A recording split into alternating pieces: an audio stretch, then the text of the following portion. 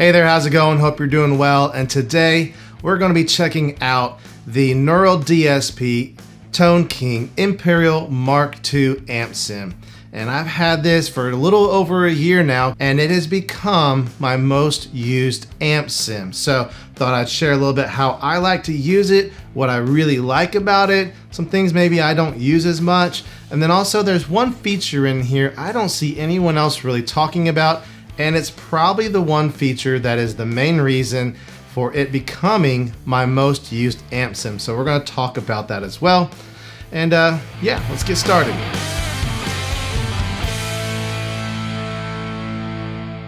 Alright, so as you can see, I have the plugin pulled up here on my computer, and I am using this standalone version. Of course, you can use this in your recording software as a plugin as well, and I do that all the time. But for the purposes of today, we're using the standalone version. Also, I'm using my default starting point preset that I've created over the last year or so. It's kind of just where I've dialed things in to where I like to start when I pull this up, and then I can kind of tweak from there as well. If you would like to get this preset, you can get that from the description down below. There's a link there to grab that if you would like. But let's go ahead and dive in and show you how I like to use this. Alright, so as you can see, we have two channels on this amp. We have the rhythm and the lead. We're going to be starting with the rhythm. That's usually kind of where I live most of the time with this. It's definitely that Fender black panel kind of thing going on. And this is my usual starting point. No pedals or anything like that. Gonna have a little bit of edge of breakup on it, but mostly clean. So here's what this sounds like.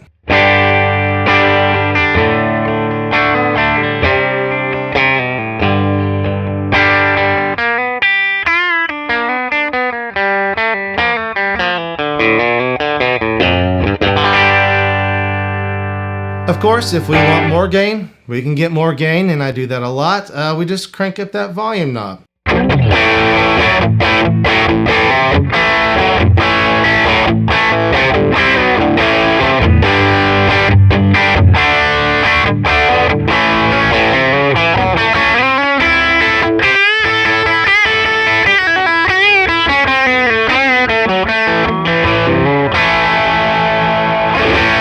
So definitely lots of gain going on there. That low end can kind of be a little bit much and kind of start getting flubby and fall apart, which can be kind of a cool character thing if that's what you're looking for. But usually I roll that bass off like I did just to kind of keep it from doing that so much. So as far as clean tones, this amp does excellent clean tones. The only kind of problem is that, as you can see, my default settings were down here around 9 o'clock on the volume, and it already has a little bit of edge to it, right? If you want purely clean, you can pull that down, but you kind of start to bottom out pretty quick on that volume knob, and it gets real quiet and all that kind of stuff. So what I like to do, instead of using the volume knob on the amp, I'll actually use the input, and I'll drag that back down to about -10, something like that. And then I'll compensate with the output on the other side of the plugin. And essentially what we're doing is we're just like using a volume pedal essentially in front of the amp to bring our signal down, and that gives us more room to work with on that volume knob before you start getting some of that edge of breakup going on. So I just like to work this way as far as a clean sound. So here's what that clean sound sounds like.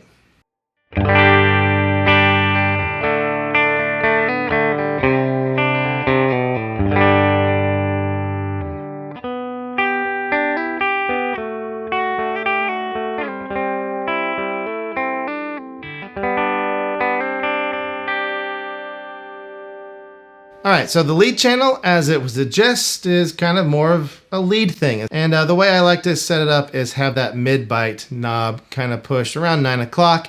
And basically what that does is that's going to push those mids into that gain stage. You get more gain around that mid area, and it just has a different character than the rhythm channel. And this is what the lead sounds like.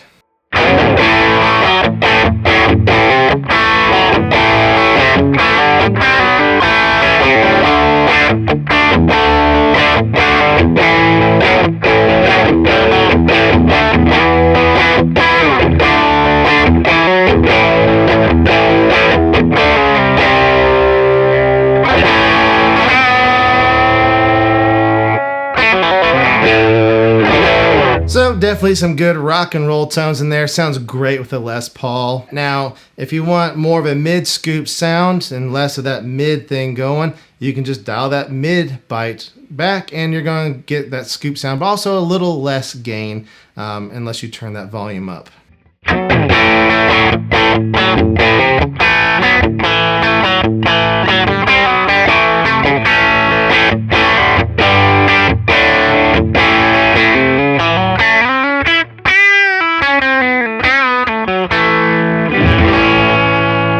As far as the reverb, like I said earlier, I like to basically use the amp for most of my tones, and I like the spring reverb that's on this. You've been hearing it this whole time, kind of nice and low.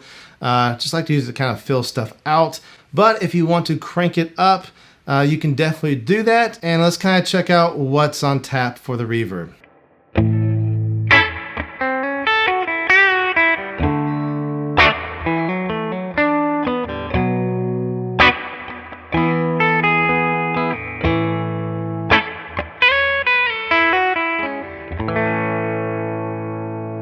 All right, next on our control panel here is the Tremolo, and I love Tremolo. It's probably one of my favorite time-based effect kind of things.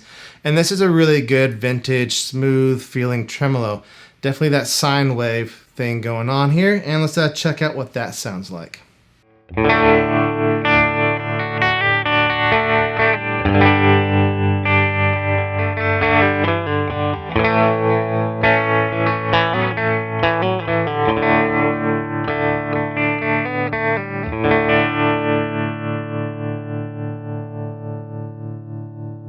All right, so let's check out the back of the amp, which honestly I never use, but you know, it's here. So they have the power and standby switches, which you can use, which just turn the plug-in off and on. But they also have the attenuation knob on here. Again, I never use it, but it is kind of cool that they went ahead and added that feature to this plug-in. Basically, it just kind of rolls off the high end and maybe a little more compressed, that kind of thing. Doesn't really make the amp quieter. It probably does on the real amp, but in here, it doesn't really. Let's just check out what that sounds like real quick.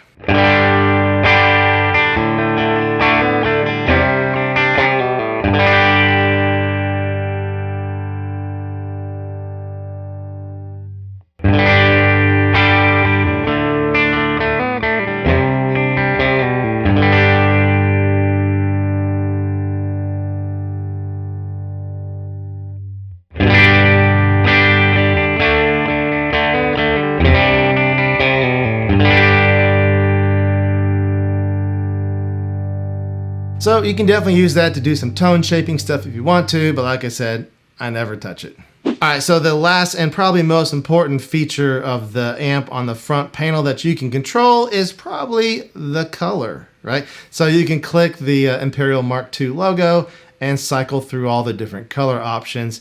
I tend to lean towards the brownish ones, but if you like red or the aqua blue or black or whatever, you can just leave it on those as well. All right, so the next most important section for me on this amp sim is the cab section. You see I have the cabinet pulled up here, and I have an SM57 and a Royer 121 on there, and I kind of just leave that as my default. You have lots of other microphone options, different dynamics, condensers, and all that kind of stuff there, but this is kind of my default setup. Sometimes I might move one of them a little closer to the middle of the speaker cone to brighten things up, but again, this is my kind of go-to. Simple, works great, and all that. Of course, you can use the dials on here to change the position, the distance, mic level, panning. You can add some room tone in there if you will. You can flip the polarity and put them out of phase, turn one of them off if you just want one mic and all that kind of stuff. So lots of options here. And then also, you'll notice this has just one cabinet, where some of their other plugins like the Nolly has 3 or 4 cabinets. This one just has one, but they do add an additional speaker option. So the default speaker is this E33, which is the one that I use 95% of the time, but they also have another speaker, which is the H30, and it's gonna have a little less low end, sound a little more raw and mid bitey kind of thing going on. So let's check out the difference between those two speakers.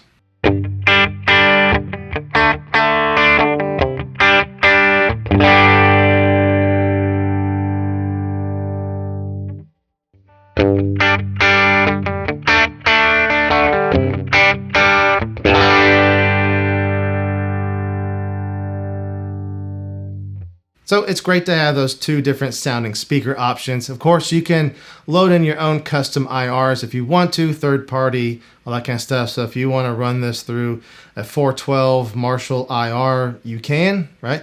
But we have these two by default. All right, so one of the other really big features of this cabinet section is that I can use just the cabinet speaker and microphones if I want to. So I have this preset called just the Cabman, and it turns everything else off. And what that allows me to do is I can use my real tube amp back here, my Mesa Recto-Verb 25, and my pedals, and I can plug that into my reactive load box, which I use the Torpedo Captor. And then that goes in my recording software. And from there, I can just use the cab for recording. So I can change the microphones and all that kind of stuff if I want to.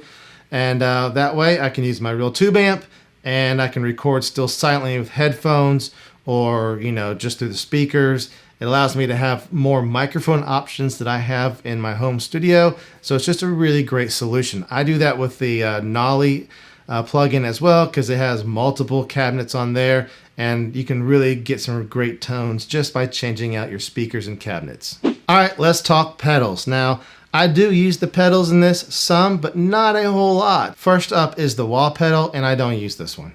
I've never used it. I only messed around with it a little bit when I was just kind of preparing for this video.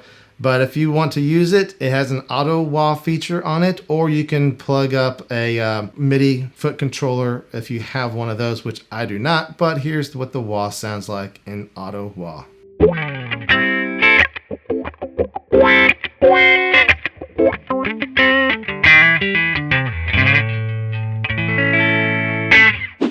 The next section is the compressor and two overdrives. These I do use some, especially the compressor.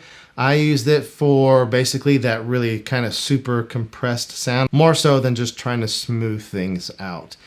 So here's what that sounds like without first.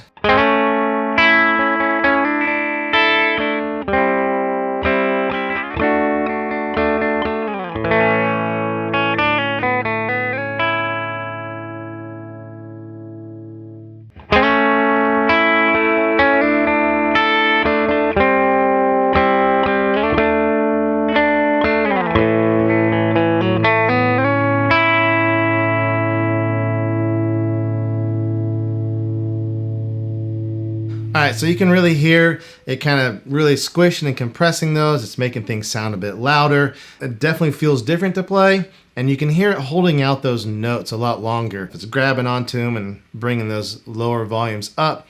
As far as settings, I usually just kind of keep everything turned up, the compression and the blend, again, to get that super compressed sound. I don't use the volume for any kind of boost typically. And then also I leave the attack on slow. That allows the attack of whatever I'm playing to come through before it clamps down on it. If you switch it to fast attack, it shaves off that attack. And if you're playing chords with these settings cranked up, it kind of does a cool bloom thing.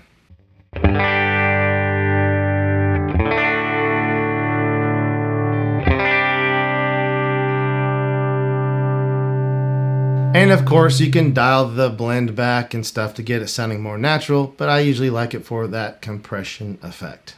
All right, Overdrive 1. Of the two overdrives, this is the one I use the least, but it's a great sounding overdrive and definitely useful. It's got less gain than Overdrive 2 and definitely a different sound. So here's without that overdrive.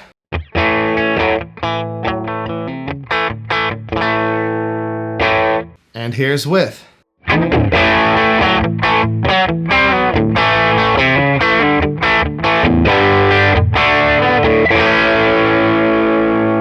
Alright, moving on to Overdrive 2.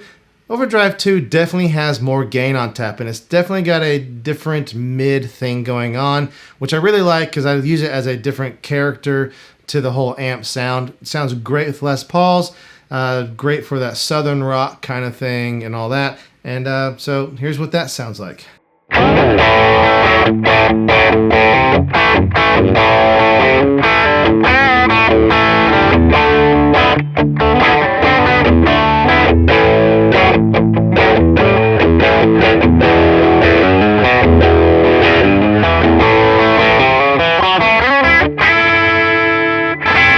right, next up on this plugin is the graphic EQ, and I don't really use it. I've never used it on this plugin. When I use the Nolly amp sim, I do use it there. Sometimes with that high gain, you get a weird mid-frequency thing, and this allows you to kind of carve that out pretty easily.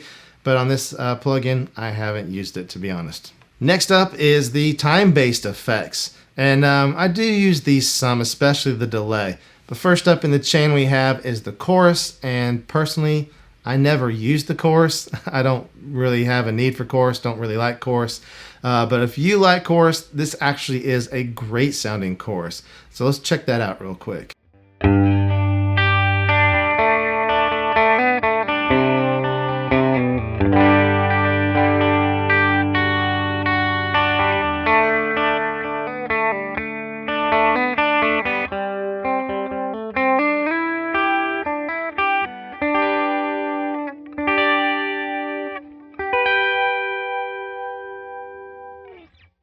And just for fun, let's crank it all up because you get a very cool seasick kind of thing going on.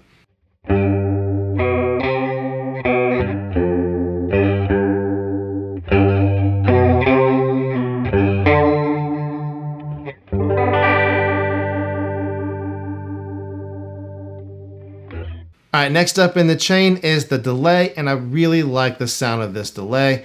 I personally kind of just mainly use it for a slapback thing. So here's what that would sound like.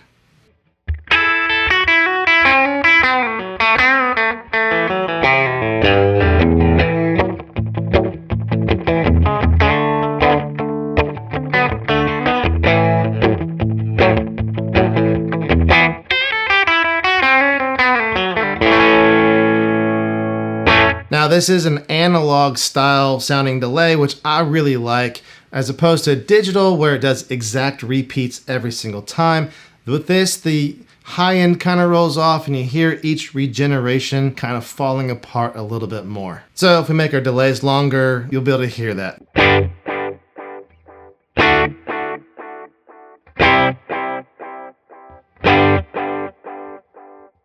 So very cool. I think it adds some character and vibe to the delays and stuff like that. So I really like that. Now, while I use this essentially most of the time as a slapback, there are a ton of great features in here. If you like to do the ping pong stereo effect, you can do that. This will run in stereo.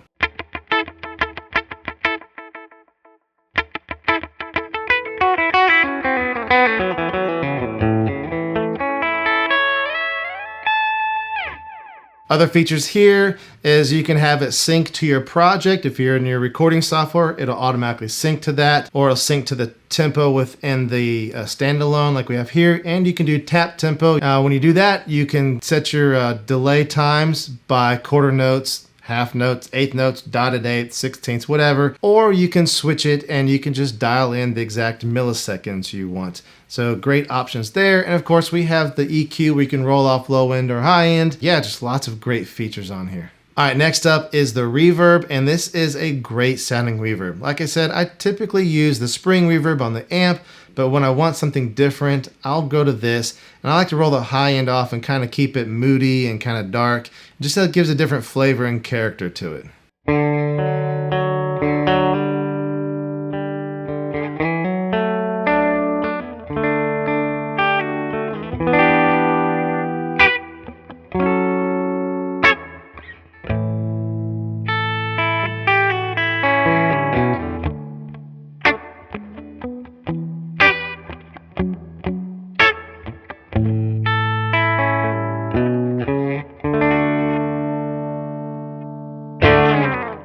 Now, if you want to go crazy with this, if you're into ambient stuff or whatever, this will do big, huge, long reverb. So let's crank up the dry wet knob and the decay and kind of see what that does for us.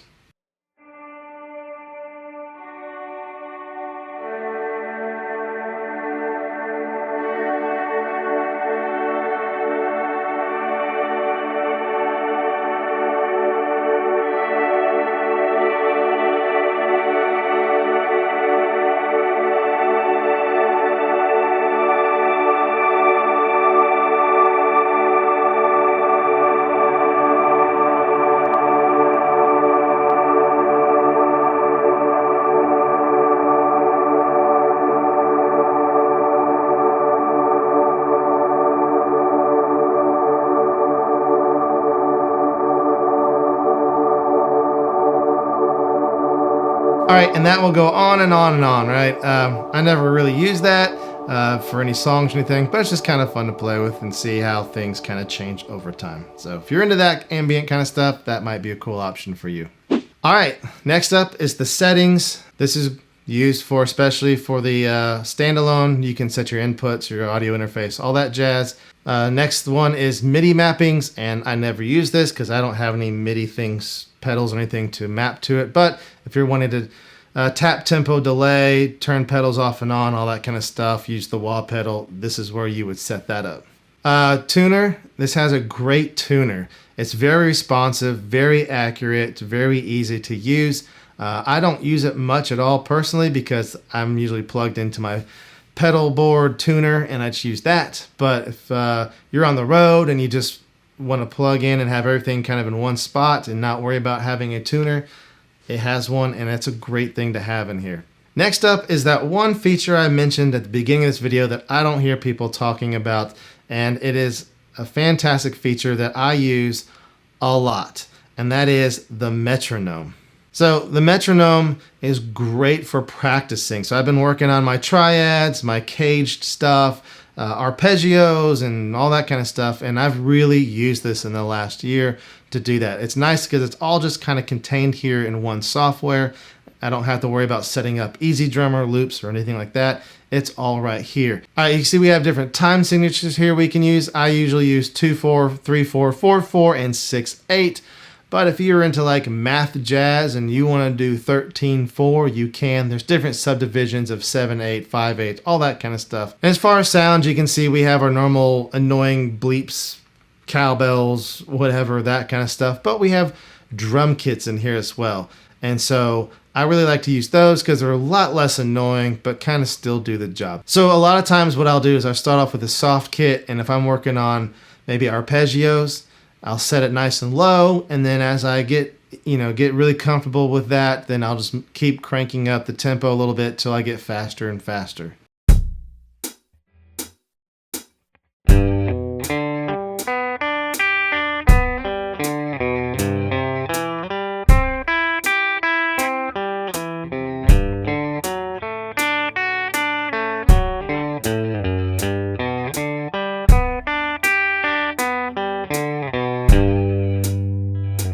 All right, another thing I really like to do for practicing and stuff like that is I'll put it on 2/4 for the time signature, and I'll maybe switch to the lead channel like I am right now, and I'll set the tempo up, maybe 120, 140, whatever I feel comfortable with, and then I'll use the regular drum kit. It's got some harder hits, and the reason I use 2/4 on this, because if you notice on 4/4 there was no snare drum, just a kick on 1 and then hi-hats.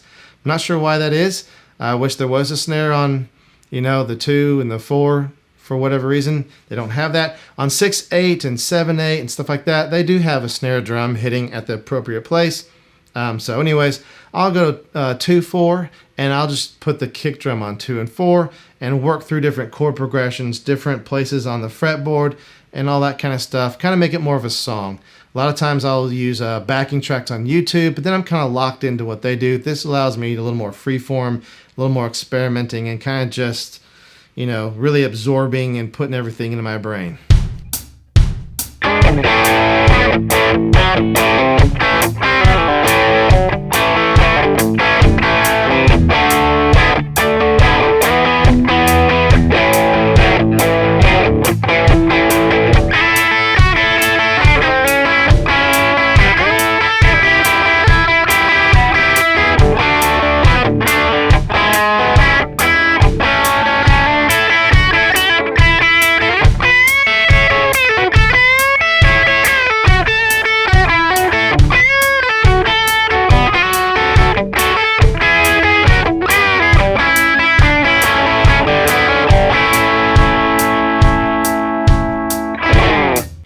Alright, so like I said, I really like this plugin.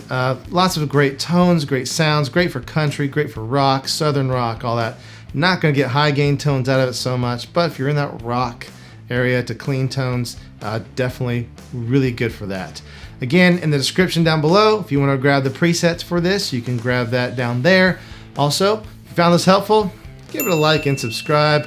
And if you have any questions, comments, if you just want to tell me what your dog's name is, leave those in the comments down below. And yeah, we'll see you next time. Have a good one.